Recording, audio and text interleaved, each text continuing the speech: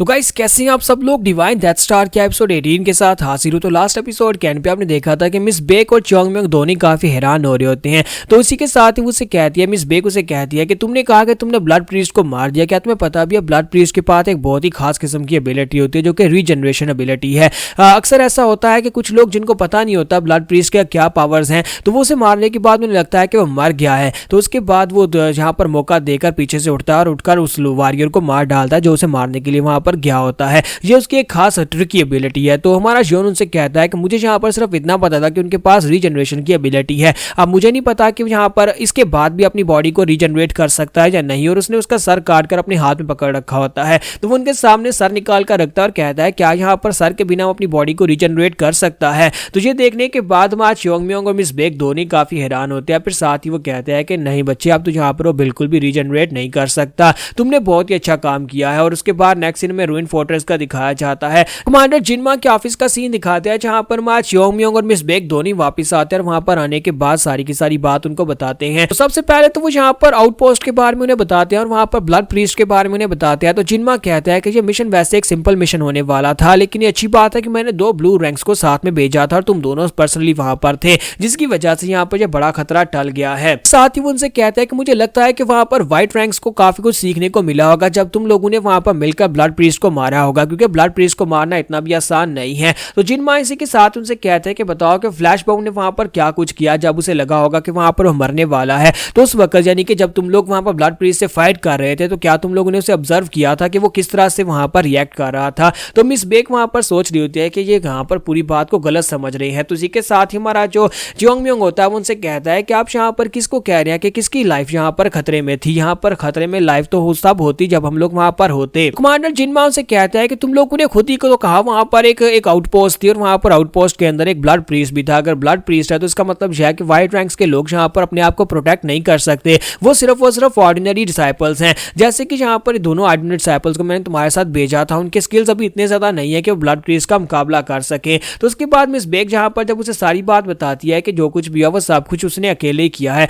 Xeon ने वहां पर अकेले जाकर पूरी आउटपोस्ट को तबाह कर दिया और वहां पर ब्लड प्रीस्ट को भी उसने अकेले ही मारा है। तो ये बात सुनने के बाद जिनमा काफी ज्यादा हैरान होते हैं और कहते हैं कि तुम लोग चाहते हो कि मैं इस बात को मान लूं कि जियोन ने अकेले जाकर पूरी की पूरी उनकी कॉलोनी को बर्बाद कर दिया, वहां पर 7 कल्टिस्ट थे सभी को मार डाला और ब्लड प्रीस्ट को भी मार डाला। तो वो कहते हैं जी कमांडर ऐसी ही बात है। तो कमांडर फिर से वहीं पर खामोश हो जाते हैं। तो यहीं पर से नेक्स्ट सीन हमारे जियोन का दिखाया जाता है कि जियोन अपने रूम में होता है। चंग वहां पर वापस आकर कहता है मुझे लगता है कि यहाँ पर वापस आकर मुझे काफी ज्यादा अच्छा लग रहा है। फिर साथ ही वो योनशिन से कहता है कि योनशिन क्या तुम यहाँ पर एक्साइटमेंट फील नहीं कर रहे? तो मुझे लगता है कि जब से हम लोग यहाँ पर फोर्ट्रेस में वापस आए हैं तब से यहाँ पर कुछ ज्यादा ही शोर मचा हुआ है। तो योन कहता है कि नहीं मुझे तो ऐसा नहीं लगा। तो उसे कहता है क्या तुमने गली में देखा नहीं, गलियां सजी हुई थी, ऐसे लगता है जैसे कोई फेस्टिवल होने वाला है। योन उसे कहता है कि हाँ वहां पर मैंने भी देखी थी, क्या कोई फेस्टिवल होने वाला है? तो चांग उसे कहता है कि ये फेस्टिवल के जैसा ही है, हमारे फॉर्मर कमांडर वापस आ गए हैं। क्या तुमने सुना नहीं है कि डिवाइन ब्लेड ऑर्डर के पुराने कमांडर जो है वापस आ गए और वापस आने के बाद वो एक एल्डर की शपथ लेने वाले हैं,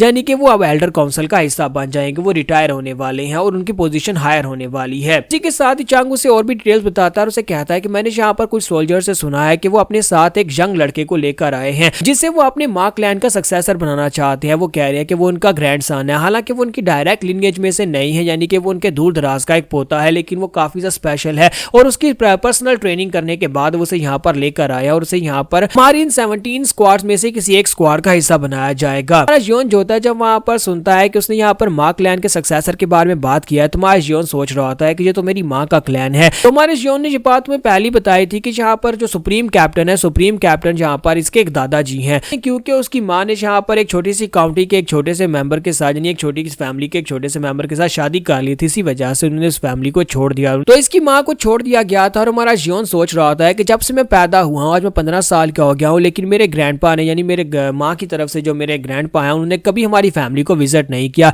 इसका मतलब यह है कि मेरी जियोन फैमिली का माँ फैमिली के साथ कोई लेना देना नहीं और ना ही मैं यहाँ पर उनके ऊपर अपने आप को इम्पोज करना चाहता हूँ। अगर देखा जाए तो मैं यहाँ पर उनका डायरेक्ट डिसेंडेंट हूँ, लेकिन इसके बावजूद वो अपने साथ किसी डिसेंडेंट को लेकर आए हैं। खैर मुझे इस बात से कोई फर्क नहीं पड़ता। और इसी के साथ ही नेक्स्ट सीन जो होता है अगले दिन का दिखाते हैं कि हमारा जियोन जो होता है कमांडर जिनमा के पास आता है, क्योंकि जिनमा ने उसे बुलाया होता है। तो कमांडर जिनमा इसी के साथ उसकी तरफ घूर कर देखते हैं और कहता है कि लड़के तुम्हारी की पावर पहले से काफी ज्यादा बढ़ गई है, शॉर्ट समय में तुम इतने ज्यादा स्ट्रॉन्ग हो गए हो। फिर साथ ही वो सोच रहा था मुझे लगता है कि ये लड़का यहाँ पर लकी नहीं था, बल्कि इस लड़के ने वाकई में एक ब्लड प्रीस्ट को हराया होगा। तो इसी के साथ ही हमारा जॉन कहता है कि आपने मुझे बुलाया लेकिन आप कोई बात नहीं कर रहे। तो वो उठकर खड़े हो जाते हैं और उसे कहते हैं कि मेरे साथ आओ, जो हमारी रूइन फोर्ट्रेस लॉर्ड जो है वो तुमसे मिलना चाहते हैं, उन्होंने तुम्हें बुलाया है, तुम्हें मेरे साथ जाना है। तो जॉन कहता है कि फोर्ट्रेस लॉर्ड ने मुझे क्यों बुलाया होगा, कहीं उनको भी तो यहाँ पर मेरे बारे में पता नहीं चल गया मैंने क्या कुछ किया है। तो हमारा जॉन जो होता है कमांडर जिनमा के साथ चल पड़ता है और साथ ही बाहर आते हुए सवाल पूछता है कि मुझे एक बात तो बताएं, क्या यहाँ पर लॉर्ड हर किसी व्हाइट रैंक के बंदे से बात करती हैं उनके रैंक मिलने के बाद, या फिर